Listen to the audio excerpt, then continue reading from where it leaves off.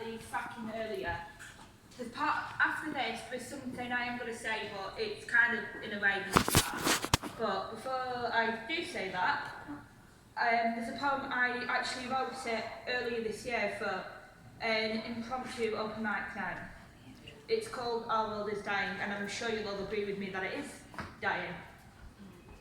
Burning homes, smashed windows, families being slowly torn apart, towns being flooded, buildings crumbling to pieces, all falling apart.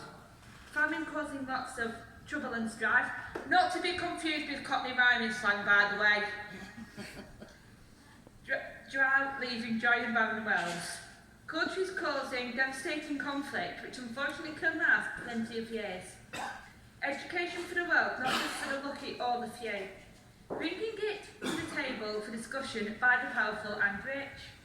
Trying to decide which way to tackle problems that happen right now, which we face today. Communities constantly at breaking point, not knowing where to go. Feeling alone and needing just a little extra help. Turning to others just to get by every single day. Will this ever end? Pollution slowly taking over the world, changing. Gas overtaking our air purity due to climate change. Rivers changing, overflowing, defences cracking, split into two. Barriers breaking down, debris flying around, slowly building up. Our world is dying, that's the unfortunate truth. But what can we do? Should we wait, sit back, or watch it happen? Or do our bit? Just stop and ask yourself, what can you do to stop the world dying in front of our eyes? Not finished yet, by the way. Right, so, this is the bit I definitely won't film in. Got it.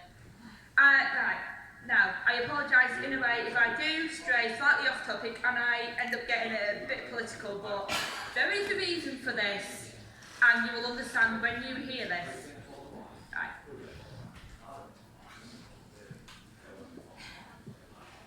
That's better. Right, so, who here thinks we need to change the minds of the big rigs in London who think they know what is best for everything we are in this country? Who here wants to send a message to them and get their voices heard?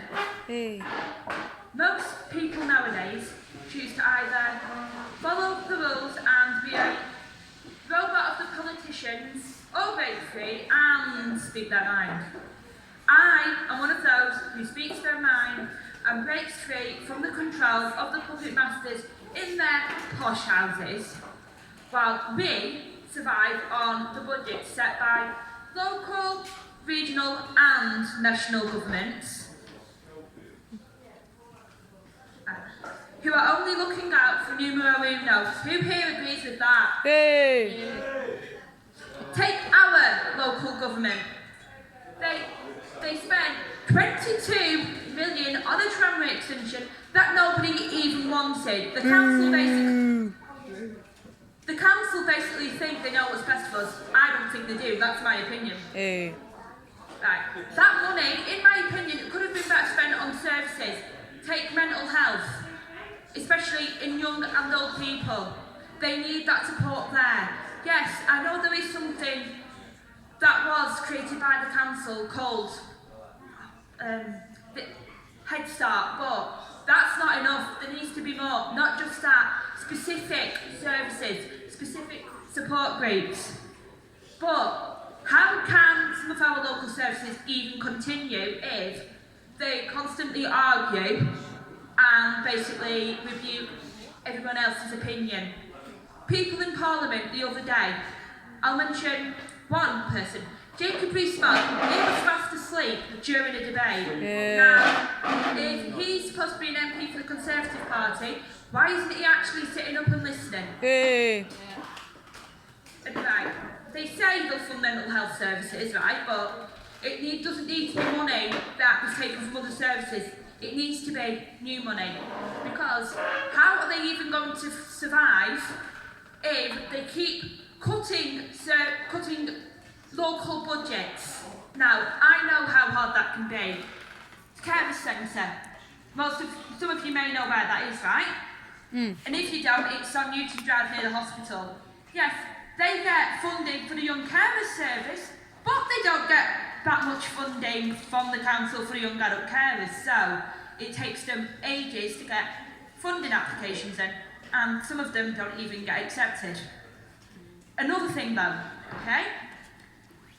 So, who has heard about the current idea of them wanting to raise the state pension age to 75 and end TV licences for them? Some people may not even live to 75 to get the state pension, and what about those who are already 75 and have their TV licences? Are they suddenly just going to start taking them off then? When some people over that age, they rely on the TV for the news to find out what's going on in their local government and where they live. How can they even work to 75? Can you even imagine somebody who's 75 working as a teacher or a mechanic or a van driver? That just doesn't seem right to me, does it? No. Now, obviously, you may seem like I'm going off piste here. Uh-oh. I'm not going to swear, although I could get close. Right, so obviously you may think I'm ranting on, but I'm not. I'm not afraid to speak my mind. I'm not afraid to get my voice heard. I'm not afraid, basically, to stick it to the hoity-toity government and the MPs, because the world is dying, as we know, but they say they are trying to make it better for young people. Where is this evidence? Thank you, everybody. Woo!